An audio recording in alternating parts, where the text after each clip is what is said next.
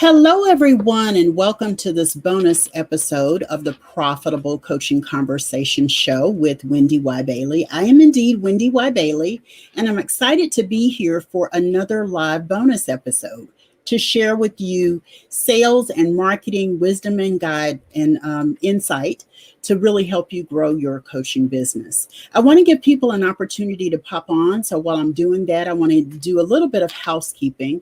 Typically, I go live on Thursdays in the 2 p.m. Eastern hour across Facebook, on my Facebook page, my Facebook group, and on my Facebook profile. I also am live streaming at the same time on LinkedIn and on YouTube, my Wendy Y. Bailey channel, and on YouTube, the channel for Profitable Coaching Conversations. If you're here and you are on Facebook, be sure to grant StreamYard access so that I can view your comments and see who you are and call you by name. If for some reason you are watching the replay, just type hashtag replay in the comments below where you're watching the video. And let me know if you have any questions along the way, and I will definitely answer those questions for you in a big way. If for whatever reason you missed the episode, be sure that you go to profitablecoachingconversations.com and you can catch all of the replays. I have bonus episodes and we have guest episodes with some really, really awesome people sharing their insight and their wisdom to support you. So definitely do that. This is episode number 78. So what you're going to see when you go to the website is all of those 77 episodes, plus a few live events that we captured on video. And it's an opportunity for you to connect and learn and grow. And I hope you'll get addicted to the show a little bit too. As a reminder, I'm Wendy Y. Bailey, and I'm a 19-year veteran business and sales coach. And I work with other coaches showing you how to grow your coaching business. Sometimes that's about infrastructure or business systems. Sometimes it's about marketing and visibility strategies. And a lot of times I'm talking with you about all aspects of selling: the conversation, your message, the language you use, what kind of systems and tools you have in place to support you as it relates to selling. So that's what I do. And today's topic is one of those topics. This is about how to create high converting content like a boss.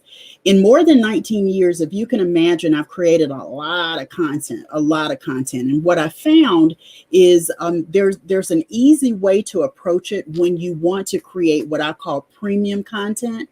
If you want to create content that really encourages and challenges your buyers, your ideal clients to buy from you, there's a simple recipe. So I'm going to give you the simple recipe today, and I want to encourage you to go out and start creating content like a boss. Okay.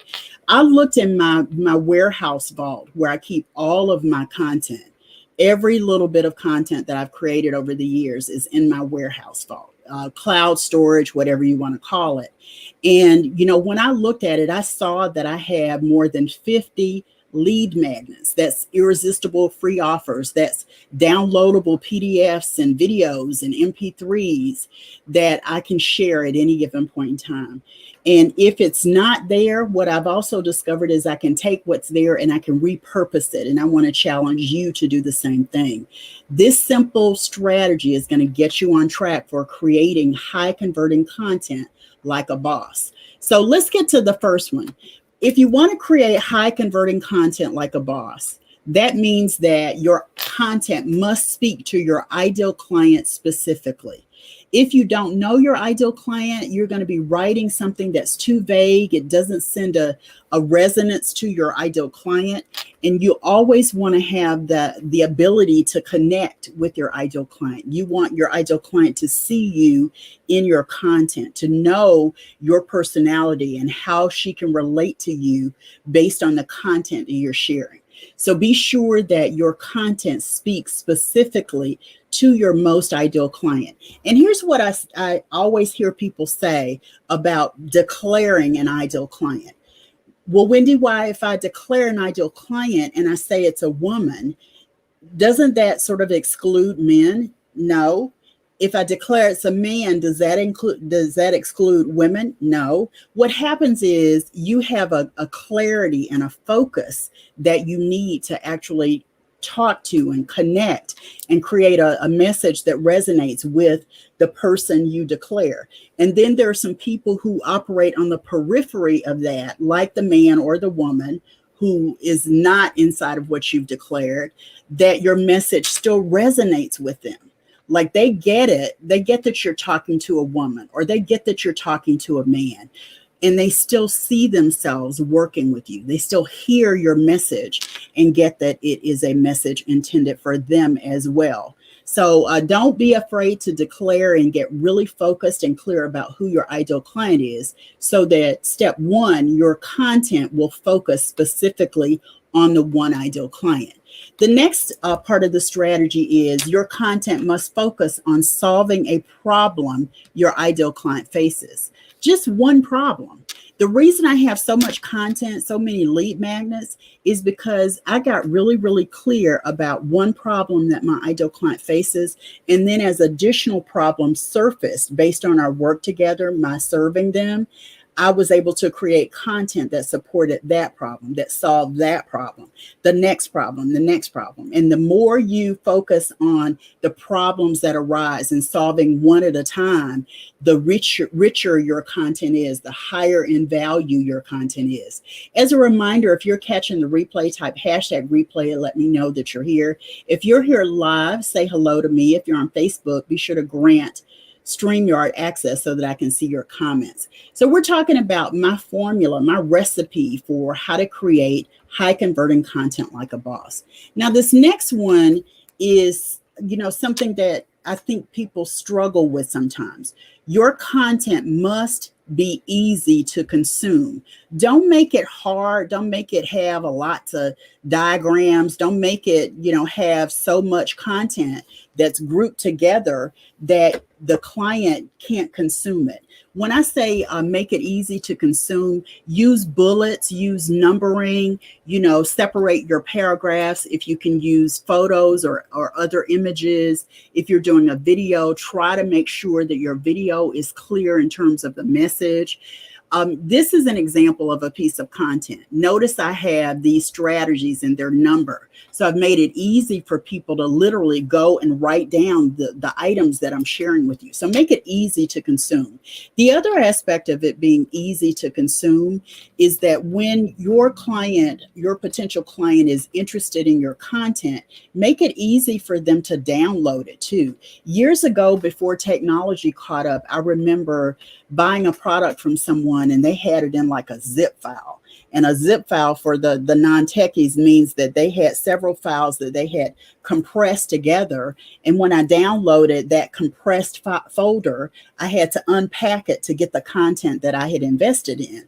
Even if it was just my name and email address, it's still an investment, right?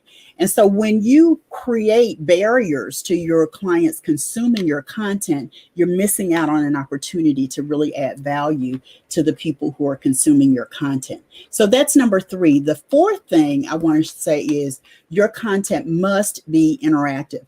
I love creating content that is, as I say, interactive. Here are some ideas for making your content interactive. Add a hyperlink to another piece of content. Include a video embedded in your actual PDF. Make your PDF an interactive PDF. Maybe your content is a quiz and they have to complete questions. Maybe there's some other thing you want to do, but make sure it's interactive. One of my favorite pieces of content that I created many, many years ago is the discovery sessions that sell. And within the content, it's a PDF, but within the content, I actually have a link to an audio of an actual discovery session so people can listen to that and interact with that part of it. I also include links to other information about what I offer. That kind of gets to my 5th and final point, and I'm going to give you a bonus tip. My fifth and final point is your content must offer opportunities to work with you.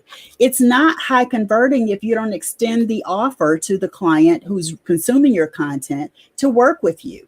You can do that very, very easily by sharing a program that you offer and a link to the website or a link to that program within the piece of content. You can do that by including your social media links where you have additional content that they consume, and based on those additional that additional content, they know that they can buy from you, they can enroll in a program. I would say make sure those opportunities are evergreen opportunities so that they always understand what you do, how you can support them, and what the opportunity looks like to work with you.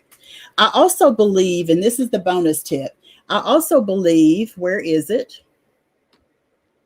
Yeah, my bonus tip is I also believe that your content must look, feel, and engage your ideal client in the solving of the problem that your ideal client is facing. And here's what I mean by that. In terms of look, I tell my clients, make it look like a high-end piece of content, like a premium piece of content. Put a cover on it, like you're creating an ebook. If it's a PDF, add a video to an introductory video that accompanies a digital download. That makes it look and feel like a premium content, like high-end content.